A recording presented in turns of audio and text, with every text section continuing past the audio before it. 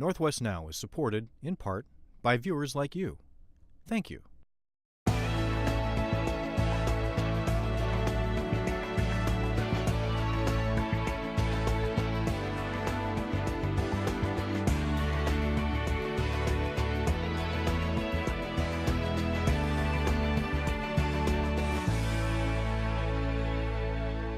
Horizon 637, Seattle Tower, runway 34 right echo, back line up way. Traffic is about 757, 7 miles per hour, traffic will cross. 34 right echo, back line up away, Horizon 637. Track 360, maintain 2000, coast down, clear the island, approach, reach 526. 616, contact the field plane, 135 from Fort Basket. 3545, Seattle Tower, block to 476, down at 12,000, 15 pounds. After 476, go for the Comet, California 350. 350, left 476. The tower, reach 526, good afternoon. 286, contact field center, 135 from Fort Basket. Good afternoon, reach 523, you, intercept the bar blast, runway 34, here's down. 707, clear to land, reach 523. Turn right on Tango, then on Juliet, to cross runway 34, Today, we take traveling at 550 miles an hour at 40,000 feet for granted. But when the Boeing 707 was introduced into commercial service by Pan Am in 1958, it was revolutionary. But this airplane flew in the 1940s, the de Havilland Comet. This is the story of the first commercial jetliner, its fall from grace, and a local team's effort to bring one back from the dead. With a decade on Project Comet behind him, Air Force and Space Program veteran Jerry Swearingen says his uncle's story is what got him hooked on aviation. My great uncle Charlie worked for the Wright brothers, and he went with them to Kitty Hawk in 1908, and they had the airplane that had to carry a passenger. And so Uncle Charlie, after the Wright brothers had tested their two-passenger aircraft, decided that it was time to put two people on it, and they didn't want both the brothers, and so they had Uncle Charlie ride.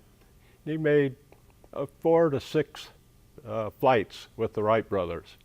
More than 100 years now after his uncle's adventures, Swearingen is one of 250 volunteers who toil in this out-of-the-way hangar on Payne Field to save a piece of history. It's a Comet 4C, which spent years in Everett sitting outside, filled with water and rotting. And this airplane was badly hurt by that because it was parked outside for all this time with standing water in the hull, by the way. And the outside average humidity is about 75% relative humidity, but inside it was in the 90s because that water would heat every day, vaporize, then coat the interior of the airplane, and then when it cooled off that night, that would condense on the interior and run down. So everything in the airplane was soaking wet all the time for about 17 years. Corrosion severely weakened the plane's structure, ate the metal, turning it into powder, and ensured that the Museum of Flight's Comet, the first Mark IV C model, but the last of the Comet line, will never fly again, which in a strange way actually opens up some nice opportunities for self-taught tinkerers like Bob Morris, who volunteers on Project Comet twice a week. It's kind of a good news, bad news. The plane will never fly again. That's the bad news. But the good news is because it won't, we don't have to be certified airframe mechanics to work on it. So, anybody who wants to spend some time on it can come up here and help out. So it could be just elbow grease or a specific skill, whatever you can bring to the table. Whatever you can bring to the table. So the battle now is to dry the plane out with warm air to stop it from deteriorating. Back in the first year of the restoration project in 1995, the early cleanup work was probably even dangerous. All the interior surfaces were coated with a heavy slime. And if you worked in it, and this was before people knew a lot about the health hazards, but your chest would choke up from the stuff you were breathing. You'd have to go outside and take a few deep breaths before you could go back in. We would not begin to do something like that today, but with the knowledge of the time, it seemed the reasonable thing to do. In restoration, one of the big problems is you get incomplete airplanes. Parts are missing and things like that. Our airplane was terribly corroded, but we did have an almost complete airplane. Not a lot of parts had been taken out of it. So the team had a great place from which to start Project Comet, a groundbreaking plane that got its start in the dark days of World War II. Even before D-Day, the British were boldly planning to dominate civil aviation after the war, led by de Havilland, the company that produced the famous Mosquito. Now, civil aviation was entirely propeller-driven, and the flying public endured a lot of physical discomfort. There was enormous vibration, which would just be a constant kind of rat-a-tat in your ear, and you would be very tired and frayed by the experience. And it was very loud. But perhaps worst of all was just air sickness was a constant problem for pretty much everybody on the airplane, and with its attendant results. And some of the early models of airplanes, they literally designed them with small little slats or holes in the floor so that after a flight they could hose it down from air sickness and bring the next group on. So it was not a particularly fun experience. With a big lead in pioneering jet engines, swept wings, and flight control systems still in use today, the British placed a massive bet on jet aviation technology. So you had Great Britain, which had been knocked to its knees economically by the war, basically deciding that even if it could no longer be the most powerful nation in the world, the sun no longer set on the British Empire and all that, they could still be the most technologically advanced. They could come up with a product that would amaze the world. Jet travel was the space race before there was a space race, and in July of 1949, the de Havilland Comet roared into the air. When the Comet started flying, it was kind of a shock to the system. It was almost like a little bit of a Sputnik moment, except that the Brits were our allies, of course, but you had leaders in industry and political leaders and even the President of the United States wondering, how did this happen? Why is Great Britain doing this and why are we not? The answer lie in America's success building the great prop planes of the era, which actually worked against innovation at a very crucial time. You had these two great American military manufacturers, Douglas and Lockheed, were sort of locked in this almost death struggle to build the last great four-engine prop liners. They were almost like sort of the ocean liners of the prop era. Even as the Comet was in final testing, as is the case with all innovation, there are always famous misjudgments, and the American mindset was a long way behind. C.R. Smith, who was a spokesman for the North American commercial aviation industry, came out in 1952, just when the Comets were about to enter service, saying that the airlines of North America would never fly jets, because his claim was you could fill the fuselage up with fuel and just barely get from New York to the West Coast. He was absolutely right, but you had to do that flying at piston aircraft altitudes. If you went up higher to 40,000 feet, 7.5 miles above the surface of the Earth, it was a whole different world up there. It was a world of extreme cold and thin air, but conquering that environment changed the entire experience of flying. So when jet airplanes came in, not only was there this machine where all of a sudden you could fly twice as fast and twice as high as before, but it was the lack of vibration. Now, one of the things that struck me in the research is that even more than the speed, I mean, everybody knew when they got on a jet airplane how fast they were traveling, but if you think about it, you don't really have a sensation of speed when you're in a plane, but that lack of vibration just amazed people. And you could take a coin and stand it on its edge on a tray, and people did that in virtually every flight in the early years of the jet age. It was just such a remarkable thing. In Seattle, Boeing's Bill Allen took notice. With no real commercial program in place, he too decided to place a bet on jets, even though he was way behind the British. Boeing, which was a Seattle-based company, had less than 1% of the commercial airliner market. It was a successful military manufacturer, but Boeing, because it wasn't really locked in that battle, decided early on to take a chance, and it got into the development of a jet airliner before Douglas or Lockheed did. But still, when Boeing decided to do that, and Bill Allen, the head of Boeing, finally got the board here in Seattle to commit $18 million, which was a fortune at the time, to developing a jet airliner, that was at a point that over in Great Britain, they weren't developing a jet airliner, they were flying a jet airliner in passenger service. It was British Overseas Airways Empire Service, with exotic destinations, awestruck crowds at airports, and fawning media attention. It was the future, rendered in shapely aluminum. The Comet was absolutely remarkable. You know, in a lot of ways, it's a plane that has sort of been lost to history. I think most people don't really know much about it, but when it came out, it really took the world by storm. I mean, you had something that, again, flew about twice as high, twice as fast as the planes before it, and it was really a marvel. It was a thing of great beauty. I think even when you look at it today and the plane that's being restored, it's a very futuristic looking airplane, in a way almost more futuristic than some of the later planes, because the way that they had the engines built into the wing, which turns out to be not maybe such a great design feature, but it made the plane look almost like a paper airplane flying through the sky. You couldn't see what was powering it. And so people were amazed by it, and they signed up for it in droves. It was a huge status symbol to be aboard the Comet, a little bit like when supersonic transport started. That again was seen as sort of the province of celebrities and the very wealthy and powerful.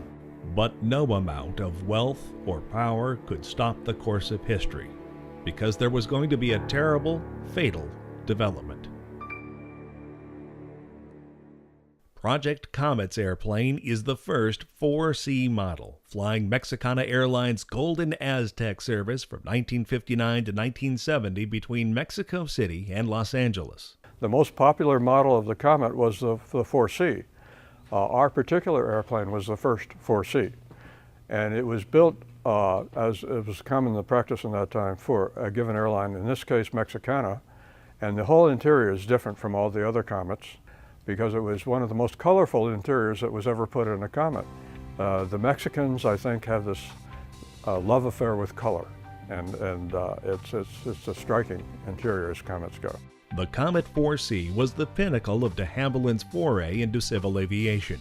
A much better airplane than its Mark I, II, and III predecessors. 18 feet longer to carry more than 100 passengers, with its second-generation Avon engines delivering higher speeds and a 2,700-mile range.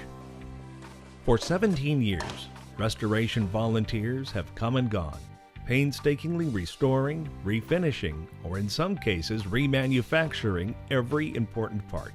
There's a rolling group of people. I have a list in my pocket right now with 84 different names on it of people who at one time or presently volunteers on the Comet. People will come and work on it for a year or two and then go away and come back in 2 or 3 years. And we have one fellow who's doing some wonderful sheet metal work right now who has that kind of history. Well, I'm a pilot, former airplane owner, interested in aviation. I was an Air Force brat, so I've been around military jets, most of my life. Always interested in aviation and in airplanes. Bob Morris is a self-taught mechanic, working on cars at first, but then getting hooked on Project Comet. So this is a great place to come and get exposure to them, get a chance to work on them, get a chance to help restore some of history, especially in this case of working on the Comet. It's a very significantly, historically important airplane. The Museum of Flight's Restoration Center sits in the shadow of Boeing's 787 production lines, and that provides a huge opportunity for the restoration team to tap expertise in just about every skilled trade required to restore an airplane. There are a lot of people around here with Boeing who have retired and yet spent their lives working on skills that they aren't using anymore. And this gives them an opportunity to come back and use their skills and also to relate to some of the people that have had careers in aviation and, with whom they have interesting talks and so forth. We have a group of Boeing people that work during the day at Boeing and then come in on Thursday nights and work on the airplane till 10-ish or 10 to 11 o'clock, somewhere in that ballpark, and then go home. And we have sandwiches and we talk and we tell lies, and it can be not exactly entertaining, but it can be a lot of fun. In 1953, Comet suffered 2 fatal accidents, killing a total of 49 people, both in different circumstances and addressed by modifications to the wings, the control system, and pilot training. So, by 1954, Comet was flying high again. But then, on January 10th, Boeing Flight 781 exploded in flight and plunged into the Mediterranean, killing all 35 aboard. The Comet, in a way, it was as grievous a blow to national pride in Great Britain as was the sinking of the Titanic. But sort of paradoxically, when the Titanic sunk, even though it was a slower era, a slower moving era, and it was a boat, the world instantly knew. It was flashed on the telegraph lines and the news lines, and everybody knew that the unsinkable Titanic had sunk. And everybody knew that it had hit an iceberg. But unlike the Titanic disaster or even the previous Comet crashes, this one was a mystery. The Royal Navy went out and picked up the parts from the floor of the Mediterranean, and I've actually had in my hand the part that failed in that first one and caused the death of the 35 passengers and crew that were on the airplane at that time. It's quite an experience to pick up that piece and think that this crack formed, and the airplane literally exploded at about 35,000 feet of altitude. A court of inquiry made its best guesses about the cause of the disaster, and de Havilland went about making a few modifications based on those guesses. Then 2.5 months, it went back into service.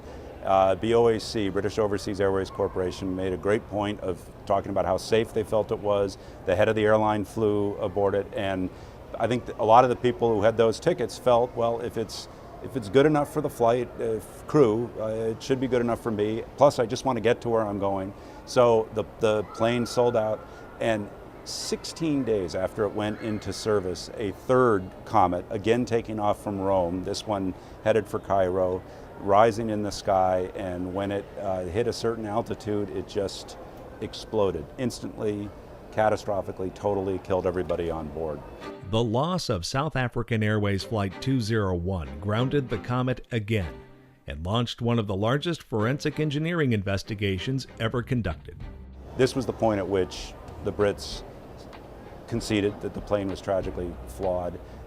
Churchill, who had come back as Prime Minister, ordered an investigation that he said we will spare neither money nor manpower to find out what's wrong, because the feeling still was that this plane, if they could find that flaw and they could fix that flaw, maybe they could still hold on to this lead and they could still be the preeminent manufacturer of this futuristic technology. A month after the second Comet explosion over the Mediterranean Sea, Boeing rolled out the Dash 80 prototype in Seattle. Then at Seafair in August of 1955, Boeing test pilot Tex Johnston did the unthinkable in Boeing's new jet. Actually, when Tex Johnson slow rolled it over the race course at Lake Washington, I happened to be there at that time, and so was my wife, and I said, that's amazing to see that. She's why it's just an airplane. Flying over the hydroplane race course on Lake Washington, Johnston did 2 barrel rolls in the Dash 80. He did those rolls in front of a crowd of reporters, airline executives in town for a convention, and his boss, Bill Allen. Tex always said that this was a supreme act of salesmanship, that this was a way to show the world this amazing new airplane that was going to change so many things. How quickly we could get to some place, our ability to make choices of the heart were changed by the jet airplane. And so Tex wanted to do something grand and bold that would get everybody paying attention and just kind of amazed. Bill Allen was furious that Tex had done this. He never really forgave him for it. He thought that he had taken this $18 million airplane and had performed one of his old, barnstorming stunts. And yeah, nobody died, it was all that. But Allen still thought that it was reckless and was not sort of in the spirit of the Boeing company. Allen called Tex Johnson into his office the next day And he said to Tex, "What in the world were you doing rolling the whole future of our company?" And Tex said, "I was selling airplanes." He said, "I had that in a positive 1G roll. Airplane didn't know if it was up or down, and it was a successful demonstration of an airplane." And Alan said, "Okay, Tex, you knew that, now we know that, don't ever do it again." In terms of the debate, I understand where Bill Allen is coming from on that. I guess I also do feel that it's possible that two things can simultaneously be true, that it was one of the world's greatest acts of salesmanship and marketing, and that it was also kind of a dumb stunt. But both things are true. The massive investigation into the Comet disasters yielded several problems with materials, manufacture, and design, which all boiled down to a basic misunderstanding of how metal reacts to stress. All the learning eventually resulted in the Comet 4, but 4 years had passed, and in October of 1958, Pan Am with the 707 and Boeing with the Comet both launched transatlantic service. Even with the new Mark IV, flying across the Atlantic was still at the outer reaches of the Comet's range. Often those flights were scheduled, the passengers bought tickets from London to New York, but the flight plan that they filed with the federal authorities was for London to Boston. And then if the weather permitted, and there were 7 weather stations, ships in the Atlantic, this was before satellites, that were reporting the weather every step of the way, and the pilot was picking his way for the best winds aloft condition and so forth. If they had sufficient fuel when they got to a point of decision opposite Boston, they would divert to their destination of New York City. It was a common practice of that time. But by then, Boeing's superior airplane was set to win. Well, it's the same thing of, the guy that, makes the initial breakthrough doesn't know all of the problems he's going to run into. And having made that initial breakthrough, you learn from their mistakes. So the second person into the market typically has the advantage of learning from their successes and their failures. Whereas the first company learns from their failures kind of as they're going through the process, and they have to then re-engineer, rebuild, almost start over in some cases. In fact, with the Comet, they almost pretty much did start over with the Mark III. Because it's a substantially different airplane than the first one. Yes, it is. And so is this 4. And the 4, well, the 3, there was only one prototype built. They went straight to the 4. I think that was a marketing ploy. Let's forget about the 1, put as much distance behind us, the 1, as we can, so this will be the 4. The impact of airplanes like the Comet is incredible. And of course the Comet was the first mover in that business, and I think that it really is ironic because the beneficiary of the Comet was Boeing. And it's kind of a tale. The Comet essentially broke the mold for the whole aviation industry, particularly in North America. The Boeing design for that period was much more sophisticated and ultimately more reliable. And if you talk to an airline pilot from that period and say, what did he like? Most of them loved the way the Comet flew. And I've talked to about 5 different people who in their careers, at their end of long careers in commercial aviation, and either the best or the second best airplane to fly in their careers was the Comet. But if you ask them to compare the Comet and the 707, which are essentially contemporary airplanes, you'll get back the 707 was the better airplane because it was more reliable. Well, it's compelling because they got so many things right, but there's a few oversights, things that they didn't know. It's the things you don't know that usually bite you in the butt. In this case, that's exactly what happened, because not having had planes that were pressurized and depressurized, went up, came down, so many rotations, stressing the fabric, the skin, not having that experience, they really didn't know what to expect. Well, yeah, we love to have people come while we're working on the plane and go through it, because it's one of the few planes you actually can go through. And we take them through the plane and you talk to them about it, you show them the redundant hydraulic systems, you tell them about everything that people learned from this experience. And then the fact that the plane was not a commercial success because of the couple things they didn't know. And that Boeing was able to learn from these things and go on and make the 707 such a success. In retrospect, I don't think that there was anybody involved with the Comet enterprise, either in the British government or at BOAC or at the de Havilland Aircraft Corporation, who knowingly put a death trap into the skies. But I think they were guilty of a kind of hubris and overconfidence in their plane. They thought they had done it right, they believed in it, and it turned out to be a misplaced faith that they had. It's like getting into a bus these days. We don't really think about it, but it is kind of a miracle when you see a plane roar down the runway and actually, take off. And to the degree that it is an amazing accomplishment, I think one of the most important technological inventions that man has ever come up with, we should obviously understand what the pioneering airplane was and give it its due, even though it was tragically flawed.